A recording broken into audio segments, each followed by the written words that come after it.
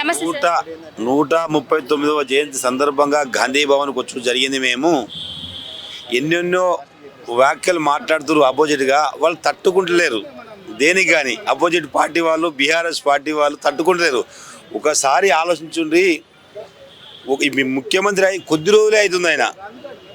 ఆయనని ఏదేదో ఖండించి మాట్లాడడం మంచి మర్యాద కాదు. మీరు కుటుంబ పాలన తప్ప వేరే బీఆర్ఎస్ ఎమ్మెల్యేలు ఎవరన్నా మాట్లాడుతుర్రా రేవంత్ రెడ్డి మీదకి? ఆయన ఒక సీఎం క్యాడర్, ఆయన మీద మాట్లాడేది మంచి పద్ధతి కాదు. 6 గ్యారంటీలు ఇచ్చిండు ఆయన. 6 గ్యారంటీలు కంపల్సరీ నెరవేర్స్తాడు. తొందర పడకుండ్రి ప్రజలారా, తొందర పడకుర్రి బీఆర్ఎస్ ఎమ్మెల్యేలారా. ఒకసారి మాట్లాడిన కోమటిరెడ్డి రాజగోపాల్ రెడ్డి అన్న, నువ్వు ఏనాడు కూడా ముఖ్యమంత్రి, మాజీ ముఖ్యమంత్రి లక్షణాలు, మేనమామ లక్షణాలు వచ్చినట్టుగా మీరు ముగ్గురు తప్ప అసెంబ్లీలో ఇంకో మాట్లాడే దిక్కు లేడు.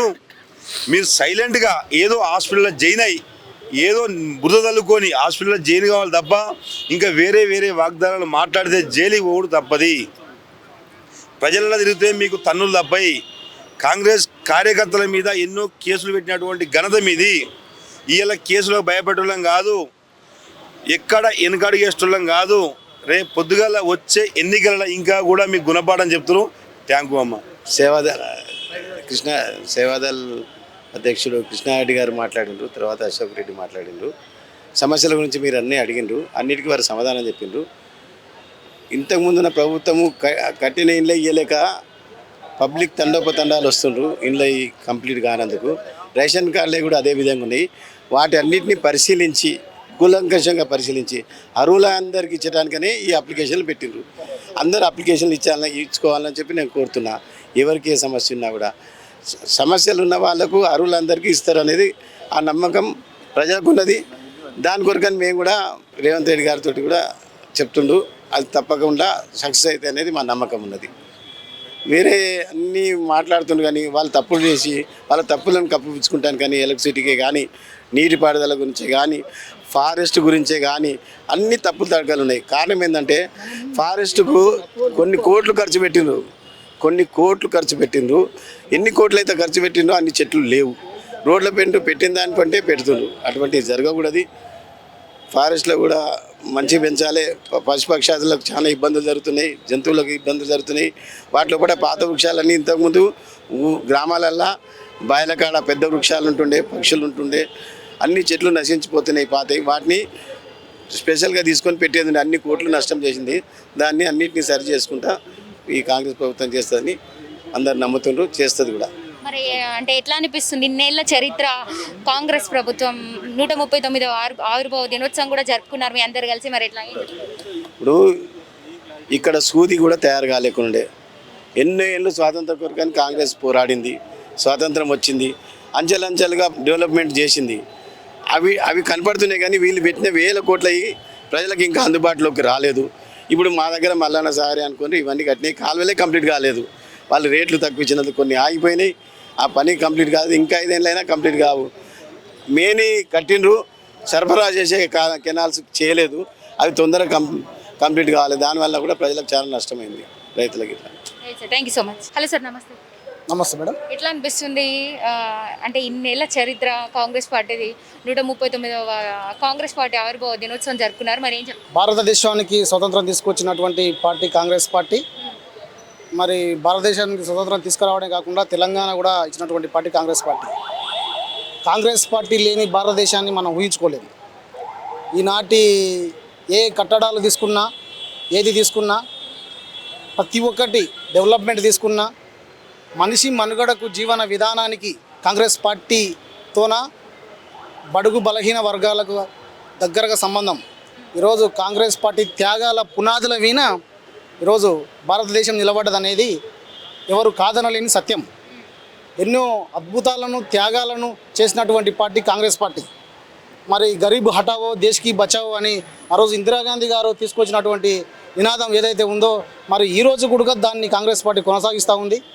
మరి పార్టీ కేవలం పదవుల కోసం కాదు, లేకపోతే హంగుల కోసం కాదు, ఆర్భాటాల కోసం కాదు. మనిషి మనుగడ ప్రశ్నార్థకం కాకుండా జీవన విధానం సాగాలి, కొనసాగాలి, బడుగు బలహీన వర్గాలు నిరుపేదలు అందరూ 3 పూటల 5,000 నోట్లోకి వెళ్ళాలి, అందరూ తినాలి, అందరూ సమృద్ధిగా జీవనం సాగించాలి అనే ఒక సంకల్పంతోన ఈరోజు కాంగ్రెస్ పార్టీ ముందరికి పోతూ ఉంది.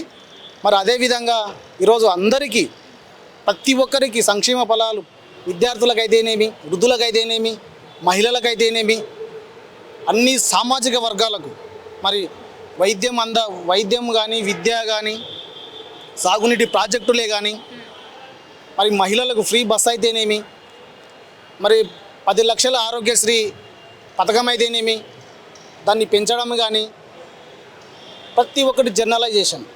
ఈరోజు గడీల పాలనను బద్దలు కొట్టి ప్రజాపాలనకు ఈరోజు కాంగ్రెస్ పార్టీ శ్రీకారం చుడతా ఉంది.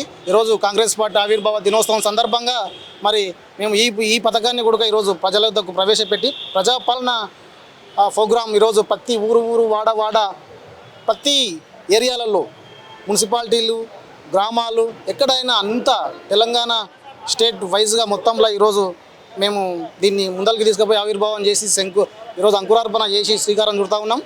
మరి ప్రతి ఒక్కరికి సంక్షేమ ఫలాలు అందించడమే కాంగ్రెస్ పార్టీ లక్ష్యం. అందరూ అన్ని వర్గాల ప్రజలు ఆనందంగా, ఇబ్బందులు లేకుండా ముఖ్యంగా స్వేచ్ఛ, భారతదేశానికి స్వతంత్రం తీసుకొచ్చిన పార్టీగా, తెలంగాణ ఇచ్చిన పార్టీగా స్వేచ్ఛను ఈరోజు అందిస్తూ ఉంది కాంగ్రెస్ పార్టీ. ఈరోజు 10 సంవత్సరాల గడీల పాలనకు ఈరోజు ముగింపు పలుకుతూ స్వేచ్ఛ జీవితం జీవించాలి, స్వేచ్ఛ కలిగి ఉండాలి. ఈరోజు ప్రజల వద్దకే పాలన తీసుకొస్తా ఉన్నాం. మీరు రాండి ఆఫీసులో చుట్టుముట్టు తిరగండి అనేది కాదు. ఈరోజు ప్రజల వద్దకే అధికారులు వచ్చి ఈరోజు అధికారులు ఆ యొక్క దరఖాస్తులను కానీ 6 గ్యారంటీస్ ఏవేవైతే ఉన్నావో ఈ 5 గ్యారంటీస్ని ఈరోజు మీరు దరఖాస్తులు తీసుకుంటా ఉన్నాం. దరఖాస్తులు తీసుకొని దాన్ని క్రమంగా అమలు చేసే దిశగా ఈరోజు ప్రజల వద్దకే పాలన కార్యక్రమాన్ని మరి రేవంత్ రెడ్డి గారు మరి ఈరోజు ముఖ్యమంత్రి అయినాక మరి ఎంతో చక్కగా ఈరోజు హర్షిస్తూ ఉన్నారు. మహిళా లోకం హర్షిస్తూ ఉంది. ఈరోజు రైతాంగం హర్షిస్తూ ఉంది. ఈరోజు మధ్యతరగతి జనాలు హర్షిస్తూ ఉన్నారు. ఈరోజు ప్రజల వద్దకి పాలన వస్తూ ఉంది అని చెప్పి మరి ఈరోజు అందరూ ఆనందంగా సంతోషంగా జీవించాలని ఒకే ఒక సంకల్పంతోన కాంగ్రెస్ పార్టీ ముందడుగు వేస్తూ ఉంది. రాబోయే కాలంలో కూడా కాంగ్రెస్ పార్టీ అందరి కోసం, అందరి శ్రేయస్సు కోసం, అందరి అభ్యున్నతి కోసం పాటుపడేటటువంటి పార్టీ, ఏకైక పార్టీ కాంగ్రెస్ పార్టీ. భారతదేశంలో త్యాగాల పునాదుల వీణ నిలబడ్డటువంటి పార్టీ కాంగ్రెస్ పార్టీ. మరి సోనియా గాంధీ గారికి 2 సార్లు ప్రధానమంత్రి అవకాశం వచ్చినా కూడా తృణప్రాయంగా ఆమె వదులుకున్నటువంటి చరిత్ర కలిగినటువంటి పార్టీ. మరి రాహుల్ గాంధీ గారు కూడా ఆ రోజు ప్రధానమంత్రి అవడానికి అవకాశం ఉన్నది, అయినా కూడా ఆయన కూడా ఒక తృణప్రాయంగా దాన్ని పక్కన పెట్టారు. మరి అది కాకుండా అధ్యక్ష పదవిని సైతం ఆయన అనుకుంటే అధ్యక్షుడు మళ్ళీ అవుతుండే. మల్లికార్జున ఖర్గే గారికి ఒక దళితునికి మరి కాంగ్రెస్ పార్టీ అత్యున్నతమైన స్థానం ఈరోజు అధ్యక్ష పదవి స్థానం ఏఐసిసి ప్రెసిడెంట్ మల్లికార్జున ఖర్గే గారికి ఈరోజు ఇవ్వడం జరిగింది. అంటే త్యాగాలు. దీని ఇతివృత్తం ఏంటంటే కాంగ్రెస్ పార్టీ త్యాగం. అందరినీ కలుపుకొని అన్ని వర్గాలకు, బడుగు బలహీన వర్గాలకు, అన్ని వర్గాలకు ఈరోజు అవకాశం. ఈరోజు ఎక్కడో ఉన్నటువంటి మల్లికార్జున ఖర్గే గారు ఈరోజు ఏఐసిసి ప్రెసిడెంట్ కావడం అంటే అది అందరం హర్షించదగ్గ విషయం. మరి వేరే పార్టీలో ఇది సాధ్యం కాని విషయం. కుటుంబ పాలన, నియంతృత్వ పోకడలు, మరి వాళ్ళను అణచివేతకు గురి చేసేటువంటి కార్యక్రమాలు వేరే పార్టీలలో జరుగుతాయి. మరి కాంగ్రెస్ పార్టీ అట్లాంటిది కాదు. అందరూ అవకాశం పొందాలి, అందరూ ఆమోదయోగ్యమైనటువంటి విధంగా ముందరికి వెళ్ళాలి. కష్టపడి పనిచేసే ప్రతి కార్యకర్తకు గుర్తింపు ఈరోజు ఇస్తూ మరి పదవుల కోసం కాకుండా సోనియా గాంధీ గారు కానీ, రాహుల్ గాంధీ గారు కానీ మరి ఈరోజు ప్రజల కోసం, పదవుల కోసం కాదు ప్రజల కోసం పనిచేస్తూ పార్టీని ముందరికి తీసుకుపోతున్న విధానం అందరూ గమనిస్తూ ఉన్నారు. మరి ఈరోజు ఇందిరాగాంధీ గారు కూడా మరి ఈరోజు చనిపోవడం జరిగింది. మరి ఆమెను కాల్చి చంపడం జరిగింది. దాన్ని మరి బెదరకుండా అదరకుండా మరి రాజీవ్ గాంధీ గారు సైతం మరి వారసత్వాన్ని పుచ్చుకొని మరి ఆయన కూడా ప్రజల వద్దకు వచ్చి ఆయన ప్రధానమంత్రి పదవి చేపట్టి మరి ఆయన కూడా మరి ఆ యొక్క బెల్ట్ బాంబుతో మరి ఆయన కూడా బద్దలవ్వడం, ముక్కలవ్వడం కూడా మనం అందరం చూస్తూ ఉన్నాం. మరి తర్వాత కూడా మరి సోనియా గాంధీ గారు చేపట్టి మరి ప్రతి ఒక్క విధానంలో మరి ఈరోజు త్యాగాలంటే ప్రాణాలను సైతం లెక్క చేయకుండా ఈరోజు పార్టీ కోసం, పార్టీ అభ్యున్నతి కోసం, ప్రజల కోసం, ప్రజాభీష్టం కోసం ప్రజలకు మేలు చేయాలి అనే ఒకే ఒక సంకల్పం బలంతోనే ఈరోజు వాళ్ళు ఎలాంటి పదవులు ఆశించకుండా ప్రాణాలను సైతం త్యాగం చేసి ప్రాణాలను సైతం బలిగా పెట్టి ఈ దేశం కోసం ఈ దేశం అభ్యున్నతి కోసం వాళ్ళు కృషి చేస్తూ ఉన్నారు. అందరూ గమనిస్తూ ఉన్నారు. మరి ఈరోజు జనాలు అందరూ కూడా ప్రజలు కూడా దాన్ని గమనించి ఈరోజు తెలంగాణలో అధికారం కట్టబెట్టడం జరిగింది. ఆ యొక్క అధికారాన్ని మరి కాపాడుకుంటూ మరి పబ్లిక్కు ప్రజలకు మరి ప్రజాపాలన అందిస్తూ మరి ముందరికి వెళ్తామని కాంగ్రెస్ పార్టీ ఆవిర్భావ దినోత్సవం సందర్భంగా తెలియజేసుకుంటున్నాం. Thank you. ఇప్పుడు తెలంగాణ నుంచి సోనియా గాంధీ గారు పోటీ చేయబోతున్నారని వినిపిస్తున్నాయి వార్తలు అయితే, మరి ఎక్కడి నుంచి పోటీ చేయబోతున్నారు అంటే ఇంకా అది ఏమి రాలే మేడం, ఊహాగానాలే. పార్టీ దాన్ని ప్రకటిస్తుంది. కాకపోతే తెలంగాణ నుంచి పోటీ అప్పుడు ఇందిరాగాంధీ గారు కూడా చేయడం జరిగింది. అదే విధానంగా చేపియాలని ఒక ఆలోచన చేస్తూ ఉంది పార్టీ. కానీ అది ఎంతవరకు నిజం ఏంటి అనేది దానికి పార్టీ ప్రెసిడెంట్ గారు పార్టీ తరఫుకి వెళ్ళి ప్రకటన వస్తుంది. వచ్చినాక మనం దాని గురించి మాట్లాడుకుంటే మంచిది అనేది మా అభిప్రాయం. ఇప్పుడు పార్లమెంట్ ఎలక్షన్స్ వస్తున్నాయి, మరి ఎట్లా అంటే ఏ విధంగా ఉండబోతుంది, అదేవిధంగా ఎట్లా స్టాండ్ తీసుకోబోతున్నారు, ఎట్లా ఉండబోతుంది అంటారు, ఏం చెప్తారు? చాలా పార్లమెంట్లో కూడా కాంగ్రెస్ 100% కాంగ్రెస్ పార్టీ విజయకేతనం ఎగరవేస్తుంది. అన్ని సీట్లలో కూడా ముందరికి వెళ్తూ ఉంటాం. అన్ని సీట్లు కూడా గెలిచే దిశగా అడుగులు వేస్తూ ఉన్నాం. మరి ఇప్పటికే కూడా మరి అందరికీ ఇన్ఛార్జ్లను ప్రకటించడం జరిగింది. ఆయా పార్లమెంటు కాన్స్టిట్యున్సీలకు ప్రకటించడం జరిగింది. అక్కడ మా నాయకులు వెళ్ళి విస్తృతంగా ప్రచారం చేయడం జరుగుతూ ఉంది. గ్రౌండ్ వర్క్ చేయడం జరుగుతూ ఉంది. దానికోసం కృషి చేస్తూ ఉన్నారు. రాబో కాలంలో కూడా ఇంకా బలంగా ఇంకా అడ్మినిస్ట్రేషన్ గ్రౌండ్ లెవెల్ కూడా పోనీకే ప్రయత్నం చేస్తూ ఉన్నారు. కమిటీలు వేస్తూ ఉన్నారు. 6 గ్యారెంటీల గురించి మేడం 6 గ్యారెంటీల గురించి ఏం చెప్తారు? 6 గ్యారెంటీస్ ఆల్రెడీ 2 గ్యారెంటీలు అమలు చేశాం. ఇప్పుడు మళ్ళీ మిగిలినవి దాంట్ల కోసం ఈరోజు దరఖాస్తులు ఈరోజు ప్రజాపాలన కోసం దరఖాస్తులు స్టార్ట్ అయినాయి. మరి ఎప్పట్లోగా పూర్తి అవుతాయి అంటారు? అంటే దరఖాస్తులు ఆల్రెడీ స్టార్ట్ అయిపోయినాయి. అవును మేడం, 1 by 1 దానికి కార్యరూపం మనం ఒక సిస్టమ్ ప్రణాళిక తీసుకొని ఎవరెవరికి ఏమేమి కావాలో మీరు 100 రోజులలో అని చెప్పారు కదా, మరి ఇంకా మీకు ఎంత టైం ఉందంట? చేస్తాం మేడం. ఇప్పుడు 1 by 1 చేస్తాం. ఇప్పుడు దానికి కూడా టైము ఇప్పుడు చేయడానికి కూడా ఇంప్లిమెంటేషన్ 1 by 1 చేయాలి కదా, అన్నీ ఒకటేసారి పెట్టుకుంటే కాదు. 2 అయితే చేసేసినాం. ఇప్పుడు ఫ్రీ బస్ కానీ వాళ్ళు కూడా మీకు చెప్పాడండి, మీ ప్రతిపక్ష పార్టీలు ఏదైతే ఉన్నాయో మీకు ఇంకా 100 రోజుల టైం మాత్రమే ఉందంటూ కూడా చెప్తున్నారు. మరి లేదన్నా తప్పిదం జరిగితే కూడా ప్రజల తరపున మేము ప్రశ్నించే హక్కు మాకుంది, మేము ప్రశ్నిస్తాం, మేము గొంతు విప్పుతాం అంటున్నారు. ఖచ్చితంగా గొంతు విప్పమనండి మేడం, దానికి ఎలాంటి మాకు ఇబ్బంది లేదు. ఎందుకోసం అంటే అడగమనండి, ప్రజల పక్షాన ఉండమనండి, అడగమనండి. మేము కూడా ప్రజాపాలన పేరుతో ప్రజల కోసమే పనిచేస్తాము. వాళ్ళ నుండి అడగమనండి, తప్పులేదు. కానీ వాళ్ళు చేసినటువంటి విధానాలకే వాళ్ళకు ఆ పోస్ట్ ఇచ్చిండ్రు, కూసబెట్టిండ్రు అడగమనండి. మేము చేసే పోస్టులో ఉన్నాం కాబట్టి, మాకు అధికారం ఇచ్చారు కాబట్టి, మేము చేసే విధానాలు ఉన్న కాబట్టి మేము చేస్తూ ఉంటాం. చేయలేని పక్షాన్ని అడగమనండి. కానీ మేము వచ్చి ఎన్ని రోజులు కాలే కదా మేడం. వాళ్ళు ఈరోజు మరి 10 years పరిపాలన చేసి మొత్తం అప్పుల కుప్పగా మార్చిపోయినరు ఈరోజు రాష్ట్రాన్ని. ఏమీ లేవు. లక్షల కోట్లు అప్పు చేసి లక్షల కోట్లు ఆడ వచ్చి చూస్తే మరి ఏమీ లేదు.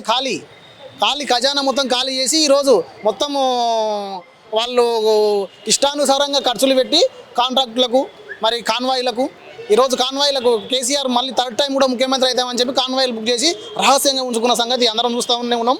మరి ఇట్లా వాళ్ళు గవర్నమెంట్ ఖజానా మొత్తం వాళ్ళు ఖాళీ చేసి ఏమి లేకుండా వెళ్ళిపోయినారు. ఈరోజు మేము దాన్ని నిక్షిప్తంగా పరిశీలన చేసి మరి ఎక్కడెక్కడైతే హంగులకు ఆర్భాటాలకు పోకుండా ప్రజలకు ఏదైతే కరెక్టో అదే ఆలోచన చేసి అట్లాంటి బడ్జెట్ను మేము ప్రవేశపెట్టి ప్రజలకు మేలు చేసే విధంగా ఇబ్బందులు జరగకుండా, ఎక్స్ట్రాలకు పోకుండా, ఏదో గొప్పలకు కాకుండా నిజంగా నిజాయితీగా ఏదైతే మనం చేయగలుగుతాం, ఎంతవరకు చేయగలుగుతామో అదే విధంగా మేము ఈరోజు పాలన కొనసాగించడానికి ప్రయత్నం చేస్తూ ఉన్నాం. దాని కొరకు కార్యాచరణ రూపొందిస్తూ ఉన్నాం, దరఖాస్తులుగా స్వీకరిస్తూ ఉన్నాం.